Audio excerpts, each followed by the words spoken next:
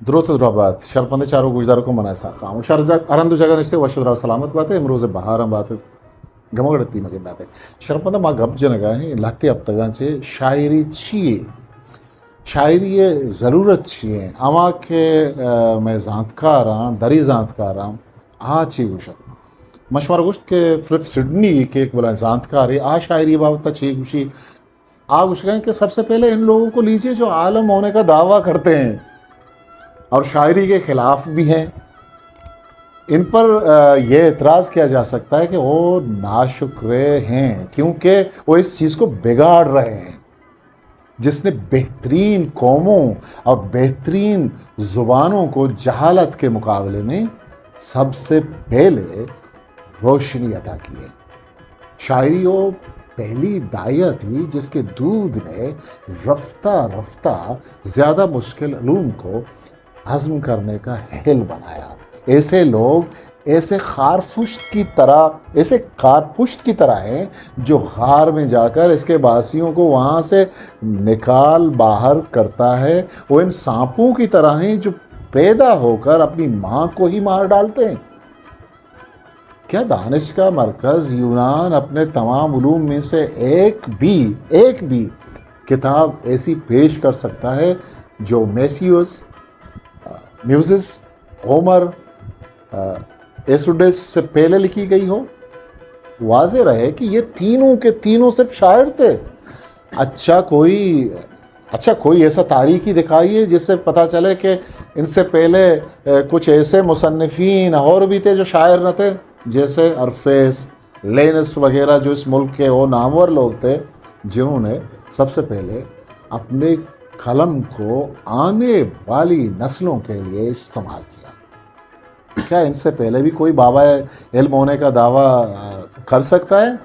ان لوگوں کو وقت و زمانہ کے اعتبار سے ہی اولیت حاصل نہیں تھی، بلکہ انہوں نے غیر مہذب اور وحشی انسان کو علم سے محبت کرنا بھی سکھایا. اس لیے ایمفین کے بارے میں مشہور ہے کہ اس کی شاعری سے پتھر بھی حرکت میں آ جاتے تھے. تھیبس شہر اسی طرح تعمیر کیا گیا تھا. کہا جاتا ہے کہ آرفیلیس کی شاعری کو جانور بھی سنتے تھے، یعنی پتھر کیسے وحشی لوگ. اسی طرح رومنوں میں لیویلیس، اینڈروٹی کے کس اور این ای لیس تھے. اسی طرح اطالوی زبان کو جن لوگوں نے خزینہ علم بنایا وہ شاعر دانتے، بوکچ اور پٹرارچی تھے. اور ہمارے انگلستان میں گوور اور چوسر کے نام آتے ہیں. یہ بھی ظاہر ہے کہ یونان کے فلسفی دنیا کے سامنے شاعروں کے روپ میں آئے. تھیلس، ایمپیڈکلس اور پرمنڈیس نے اپنے فلسفے کو نظمی کے ذریعے پیش کیا. شاعری محض تلفظ کے ایک موجہ گراں کی پیداوار نہیں ہوتی، بلکہ ایک فطری مجبوری کا نتیجہ ہے. وہ ایک ایسا مشغلہ نہیں جن کے بغیر بھی ہم گزارا کر سکتے، کیونکہ اس کے بغیر فکر کا عمل ہی ناممکن ہے. وہ نفس انسانی کا ایک ابتدائی عمل ہے. اس سے بیشتر کہ انسان کلیے وضع کر سکتا ہے. اس کے لیے ضروری تھا کہ وہ اپنے تخیل سے کام لے. مدتوں تک خیالی ٹامک ٹوئے مارنے کے بعد وہ اس قابل ہوا ہے کہ اپنی قوت فکر سے کام لے سکے. اس سے پہلے کہ وہ باہر کی دنیا کا واضح ادراک حاصل کر سکتا، اس دنیا کے دھندلے نقوش اس کے آواز پر مبتسم ہوئے. کلام ناطق سے پہلے اس نے گانا سیکھا. نثر میں گفتگو کرنے سے پہلے اس نے نظم میں باتیں کرنا سیکھا. اصطلاحات وضع کرنے سے پہلے اس نے استعاروں سے کام لیا. آج بھی استعارہ آمیز زبان اس کی فطری زبان ہے. دوستان شعر چی؟ وہ شعرہ چون بو اگلوٹی یا کجام چیز زند کے مارش تو جب زگارہ شعر گشا. یہ دراہیں جستان چا امارو چا سرکشت کے وعدے انسانی ربی دو جیڑا وہ پدا نبی سگے سفر بدات. بنی آدما وتی چپ راست آئیے پیگرو بارش تھے بود ودان آئیے وتی آترا بزا چپو چاگر چارگو مارگ بندات کو آئیے وتی آترا آسراتی آنی شوازک بنا کو وادی کے لچھا ہے ساڑھا یہ تعریف گشین کے گپ کے گڑا یہ دو تک پہنا تانی کا دل گوش کو کرنا اللہ یک یہ رہبندگیری بزا منطق حسابہ لچھائے ساڑھا ای پین بیتکن کہ اما چیز یا اما گپ کے انسان دلا اثر دور بیتن بزا رہبند گرے روا لچھائے بزاتی تک گیشتر ارکت داری بلے روز حسابہ لچھائے ساڑھا ای بتکن کہ اما تچ کو الکاپنگ اپ کے سنگو پیش بداری بزا عروض ردا لچھے دروشمی تچ کی اللمی بزا اگر رہبت گرے حسابہ لچھے بونسرن بڑا عروض درگتا آئیے سنگو پارسن ہمش کا اگر یہ گپی سرزائرہ تچ کو الکا بیوید واسری مداری عروض حسابہ لچھے بلے رہبت گرے حسابہ لچھا بیت نکت شعر باروا مولوی عبدالرحمن گشگین تا یہ ایک بعض جوانی کتاب ہم نوشتہ کو تھا اگوشت کے شعر کی ایسی تعریف جس کو علم و فن والے بھی تعریف مانے شعر کے وجود میں آنے سے بہت بعد میں پیدا ہوئی اس کا اولین معرف مذاق یعنی ذوق سلیم تھا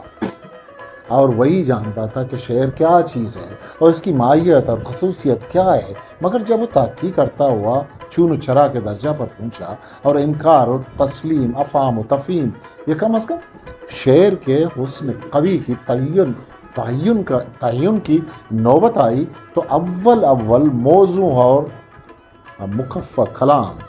جو عکس جذبات ہونے کے ساتھ ساتھ اس نے زبان و بیان کا مجموعہ ہوتا شعر یا اچھا شعر کہلاتا تھا پھر اسی میں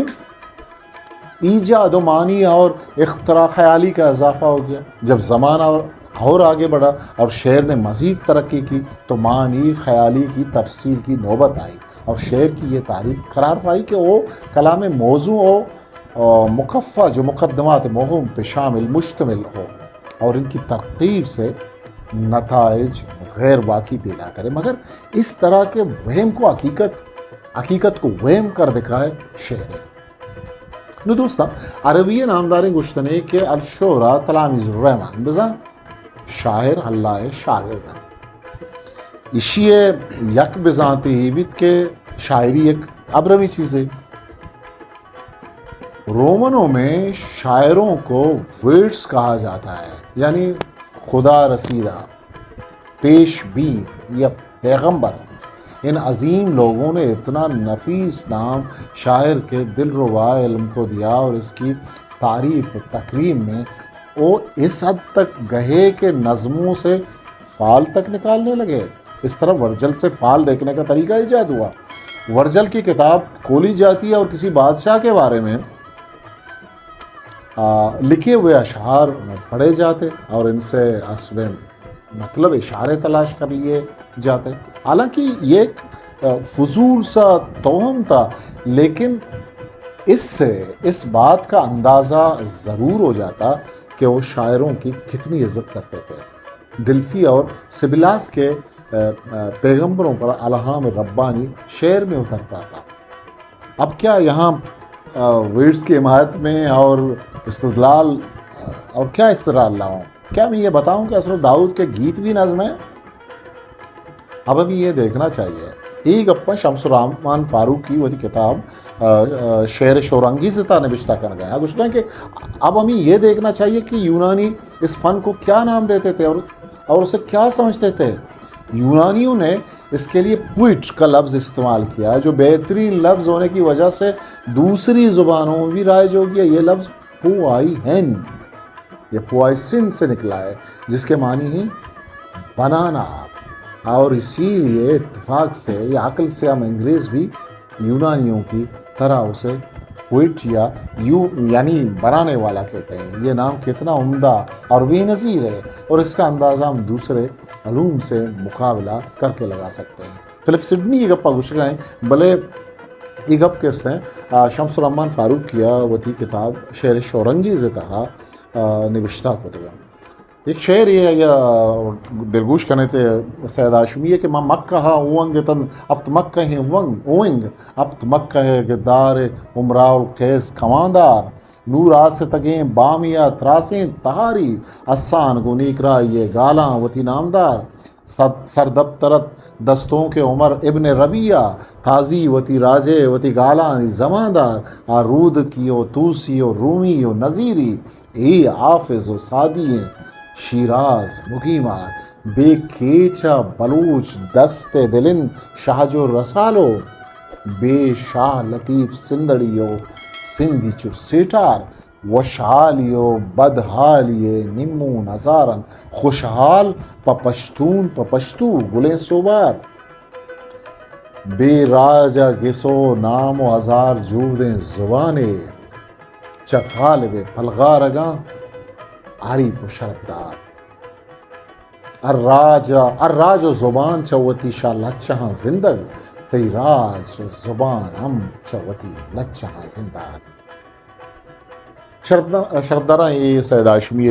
شعرہ کو موتی مرچگی دیوان بارہ کی شاعری چیئے شیعہ میں اثر کرنا. اگر شما میں چینل سبسکرائب نہ کرتا انشاءاللہ میں سبسکرائب بکنے تاؤ کہ مراجع شیعہ کس طرح سا خاموش و مکل بھی دے باقی آواز